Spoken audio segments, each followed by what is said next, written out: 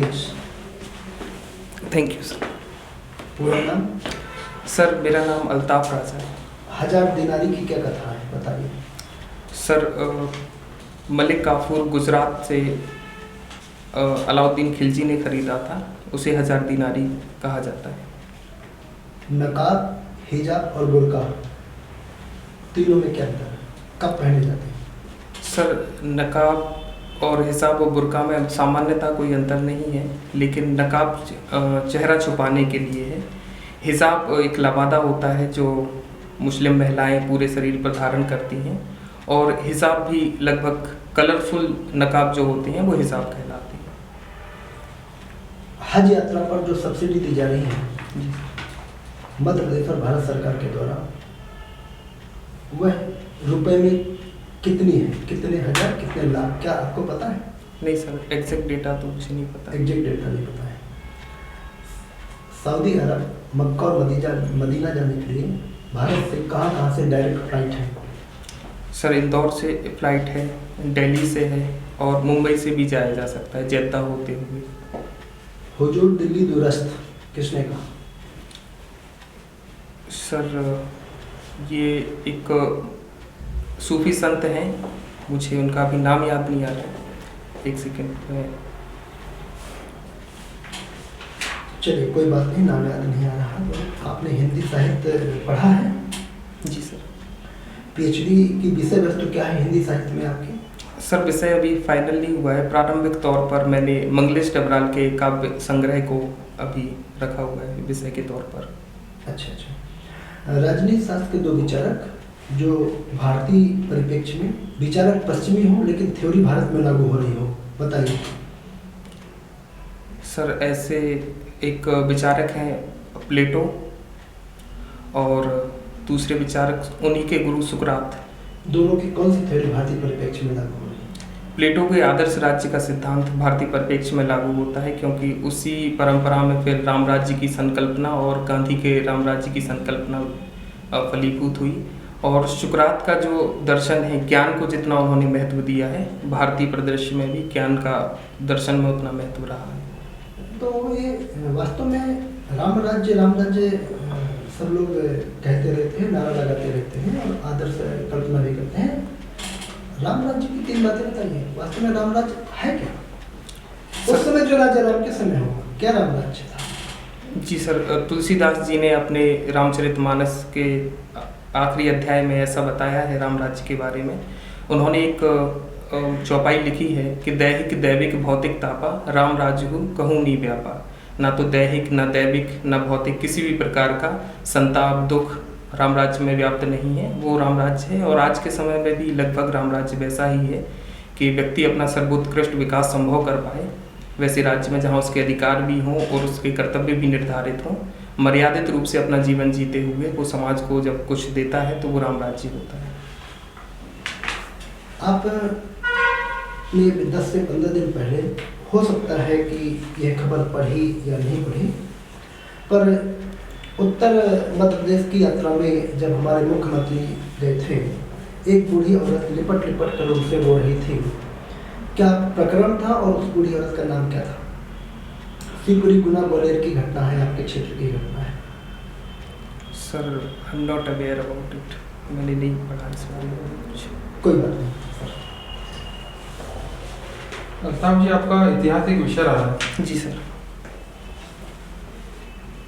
भारतीय इतिहास के पुनर्लेखन की आवश्यकता है या नहीं? जी सर, इतिहास अपने आप को जैसे जैसे नए तथ्यों की खोज होती जाती है, इतिहास के पुनर्लेखन की आवश्यकता बढ़ती चली जाती है। और कुछ ऐसे तथ्य नवीन अनुसंधानों से सामने आए हैं, जैसे बिहार में एक अभी नाटक लिखा गया है सम्राट अशोक, और सम्राट अशोक के बारे में नए तथ्य उजागर हुए हैं, अकबर के बारे में भी नए तथ्य उजागर हुए हैं। तो इस दृष्टि से जैसे ही अनुसंधान बढ़ता चला जाता है, इतिहास के पुनर्लेखन की आवश्यकता भी बढ़ती चली जाती है। लेकिन सकारात्मक लेखन होना चाहिए, किसी राजनीतिक भावना से या परसुएसिव जो लेखन होता है वो नहीं होना चाहिए। सकारात्मक पुनर्लेखन हो रहा है तो ये ज़रूरी भी है। भारतीय इतिहास का जो लेखन हुआ उस पर किसी विचारधारा से प्रेरित होने के आरोप लगते हैं, इसमें सच्चाई है? जी सर, भारतीय इतिहास जो भी लिखा गया है वो 3 धाराओं में लिखा गया है। एक साम्राज्यवादी भावना से प्रेरित होकर, एक राष्ट्रवादी भावना से प्रेरित होकर और तीसरा तटस्थ लेखन हुआ है। तो किसी भी विचारधारा से प्रभावित हुए बिना जब इतिहास लिखा जाता है तो वो ज़्यादा सटीक और समयोपयोगी होता है। अकबर को महान कहा जाता है जी सर। औरंगजेब को क्यों नहीं? अकबर अपनी धार्मिक नीतियों के कारण और अपने समय से आगे था जब उसने तौहीद-ए-इलाही नामक धर्म चलाया। और इस मामले में औरंगजेब थोड़ा सा कट्टर था, हिंदू धर्म के प्रति उसमें कट्टरता का भाव था और इस्लाम धर्म के प्रति ज़्यादा झुकाव था। शरीयत के अनुसार उसने अपना शासन चलाया, इसलिए औरंगजेब की महानता प्रश्न चिन्हित है, जबकि अकबर निर्विवाद रूप से महान है। अकबर ने चूंकि एक धर्म चलाया था, केवल इसलिए वो महान है। धर्म चलाने के साथ साथ उसने कुछ सामाजिक सुधार भी किए थे और अपने समय से आगे बढ़कर उसने युगांतकारी कार्य किए जो उसको ज़्यादा, जैसे एक तो तौहीद-ए-इलाही चलाना, दास प्रथा के बारे में उसने जो कुछ भी काम किए, आर्थिक सुधार के रूप में तहसाला बंदोबस्त उसने लागू किया। ये प्रगतिशील कार्य थे उस समय के हिसाब से। आर्थिक सुधार के रूप में अकबर ज़्यादा प्रगतिशील था या शेरशाह? सर शेरशाह के समय में एक दरबारी था उसका टोडरमल, और वही अकबर का भी वित्त मंत्री बाद में रहा। तो दोनों के मूल में एक ही इंसान है टोडरमल, वो आर्थिक सुधारक के तौर पे जाना जाता है। अर्थशास्त्र भी आपका सब्जेक्ट रहा है जी। अर्थशास्त्र में एक माल्थस का जनसंख्या सिद्धांत है। उस जनसंख्या सिद्धांत में जनसंख्या की वृद्धि और संसाधनों की वृद्धि का जो अर्थ है उसमें आप क्या कहना चाहेंगे? मैम, जनसंख्या की थ्योरी के तहत माल्थस ने बताया कि जिस अनुपात में जनसंख्या बढ़ती है उस अनुपात में संसाधनों की वृद्धि नहीं हो पाती है और आगे की अवस्था में जनसंख्या विस्फोट हो जाता है और संसाधनों की कमी हो जाती है, इसलिए जनसंख्या नियंत्रण जरूरी रहता है। जीरो बेस्ड बजट क्या है? जीरो बेस्ड बजट एक वित्तीय वर्ष में जब पुराने बजट को लैप्स कर दिया जाता है और नए बजट को जीरो से शुरू किया जाता है, उसको जीरो बेस्ड बजट कहा जाता है।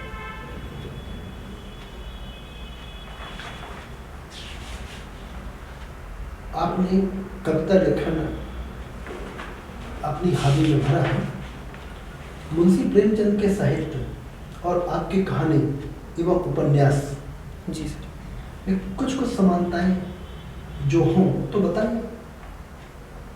सॉरी सर, मैं सवाल समझ नहीं पाया। मुंशी प्रेमचंद के कहानी और उपन्यास, जी, आपकी कहानी व उपन्यास में कुछ समानताएं यदि हों तो बताइए। सर, मुंशी प्रेमचंद की कहानी उपन्यास में विषय वस्तु रहती है, हमारी कहानी और उपन्यास में विषय वस्तु रहती है।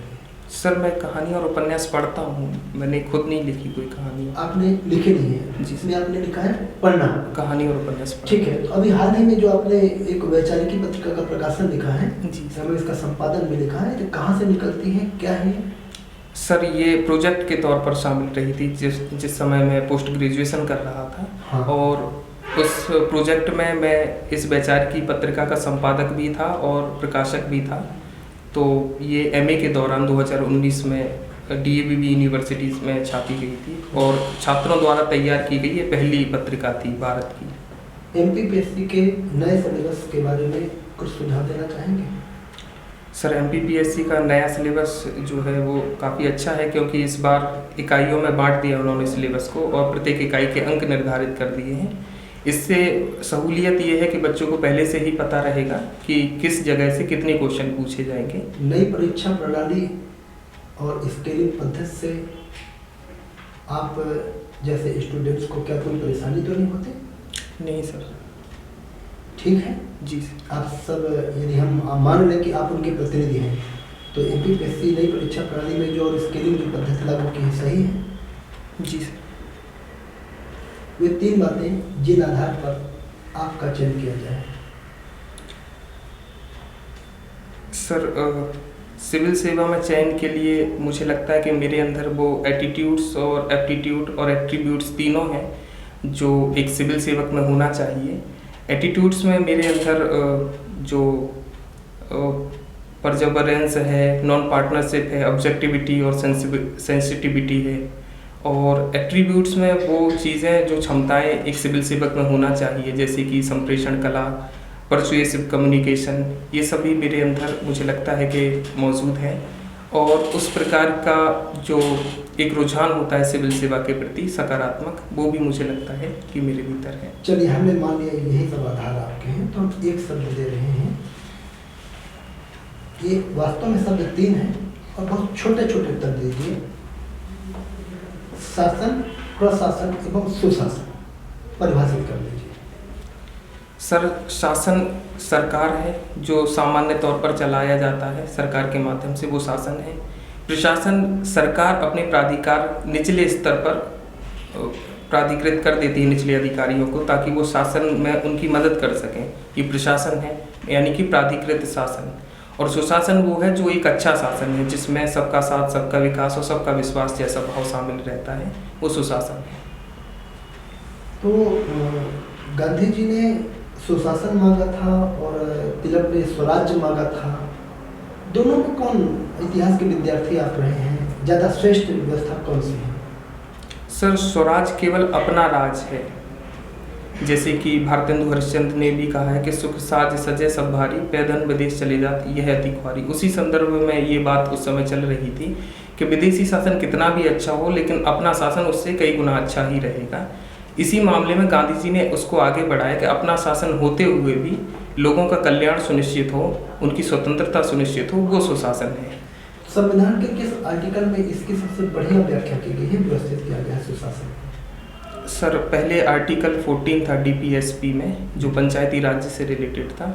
अब 243 में पंचायत के बारे में पूरी जानकारी दी गई है, तो ये अनुच्छेद सुशासन से संबंधित है। Thank you.